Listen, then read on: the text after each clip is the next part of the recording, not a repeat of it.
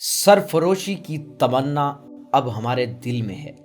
देखना है जोर कितना बाजुए कातिल में है।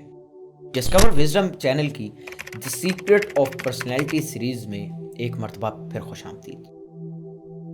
दोस्तों, जब भी वतन परस्ती की बात होती है, जब कहीं हुब्बुल वतनी की मिसाल पेश की जाती है, तो भगत सिंह का नाम जरूर लिया जाता है।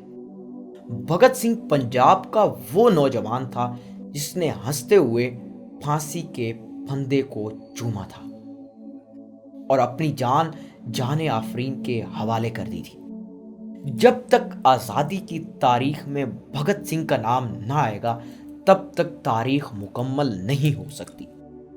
भगत किताबों का रसिया था, उसके लिए किताबों के बगैर जिंदगी का तसव्वुर अधूरा था।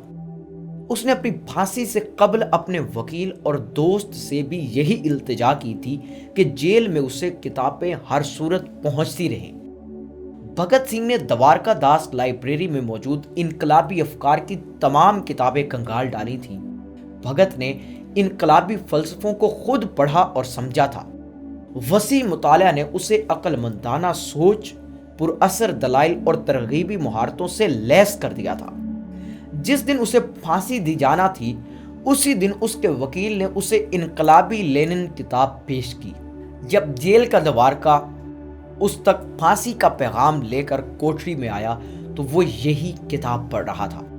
वो मुस्कुराते हुए तख्ते धार पर आया, इनकलाब जिंदाबाद का नारा लगाया और फांसी के फंदे पर झूल गया। और यूं भगत सिंह तारीख में हमेशा के लिए अमर हो गया। भगत सिंह 28 सितंबर 1907 को जड़ावाला के नवाही गांव 105 बंगियावाला में पैदा हुआ।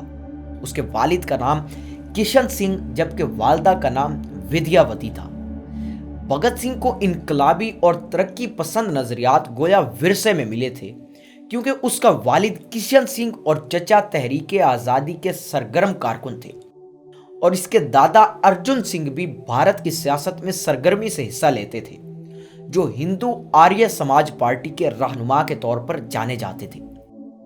भगत सिंह ने इब्तदाई तालीम दयानंद वैदिक हाई स्कूल, जो आर्य समाज का हाई स्कूल था, वहां से हासिल की, जबकि 1925 में आला तालीम के हुसूल के लिए लाहौर मुंतकिल होकर नेशनल कॉलेज लाहौर में एडमिशन लिया।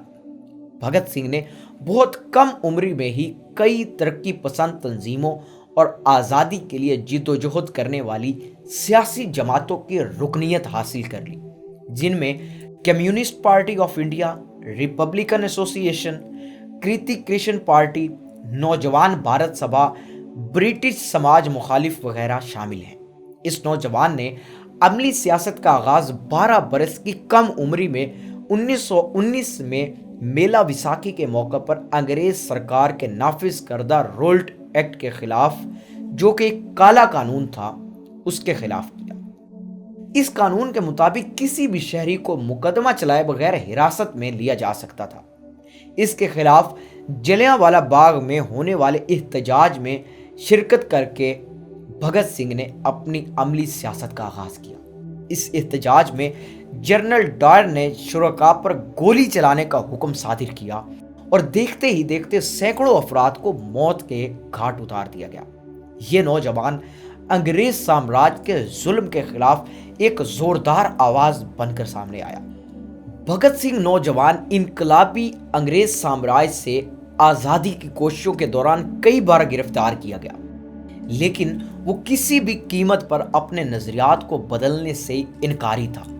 अंग्रेज हुकूमत ने भगत सिंह को तहरीके आज़ादी ख़त्म करने के इवज राजबाह पौलियानी जड़ियांवाला के तमाम चकूक की ज़मीन देने की पेशकश की थी, मगर उसने ये कहकर ठुकरा दिया कि ज़मीन हमारी है, तुम कौन हो जो हमें ज़मीन देते हो?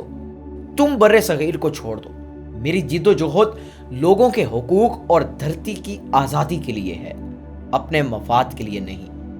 शुरू में भगत सिंह महात्मा गांधी का सख्त गिर पैरोकार था, लेकिन 20 फरवरी 1921 में ननकाना साहब गुरुद्वारा में निहत्ते इंसानों को तहे तेग कर दिया गया। इसी बिना पर वो महात्मा गांधी की अदम तशद्दुद की तहरीक से भी मुतनफ़र हुआ।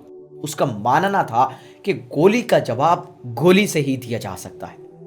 بھگت سنگھ کہتا تھا کہ انقلاب سے ہماری مراد ایک ایسے سماجی نظام کا قیام ہے جس میں عام لوگوں کا اقتدار تسلیم ہو اور ایک عالمگیر فیڈریشن کے ذریعے نسل انسانی سرمایہ داری، مصائب اور سامراجی جنگوں کی غلامی سے آزادی پالے۔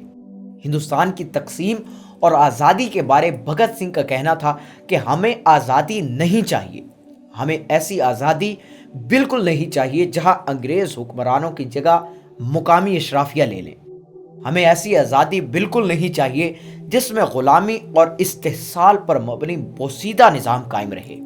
ہماری لڑائی ایسی آزادی کے لیے ہے جو اس ظالمانہ نظام کو ایک سوشلسٹ انقلاب کے ذریعے بدل کر رکھ دے۔ 1928 میں برطانوی سائمن کمیشن کی لاہور آمد کے موقع پر تحریک آزادی میں شامل جماعتوں نے احتجاجی مظاہرہ کیا۔ احتجاج کے دوران برطانوی پولیس نے مظاہرین پر لاٹھی چارج کر کے انہیں بہیمانہ تشدد کا نشانہ بنایا۔ بھگت سنگھ نے سائمن کمیشن کی مخالفت اور احتجاج کے شرکاء پر پولیس تشدد کے رد عمل میں ایک برطانوی پولیس اہلکار کو گولی مار کر ہلاک کر دیا، اور 8 اپریل 1929 کو اپنے ایک ساتھی باتو کشور دت کے ساتھ مل کر لاہور میں پنجاب اسمبلی میں انقلاب زندہ باد، جیے ہندوستان کے نعرے لگاتے ہوئے 2 بم دھماکے کیے۔ مئی 1929 کو اسے اس کے انقلابی ساتھیوں سمیت گرفتار کر کے مقدمہ چلایا گیا۔ برطانوی اہلکار کے قتل میں بھگت سنگھ اور اس کے تمام ساتھیوں کو پھانسی کی سزا سنائی گئی، اور اس پر عمل درآمد کرتے ہوئے 23 مارچ 1931 کے دن صرف 23 سال کی کم عمر میں بھگت سنگھ کو اس کے ساتھیوں کے ہمراہ لاہور میں شادمان چوک کے مقام پر پھانسی دے دی گئی۔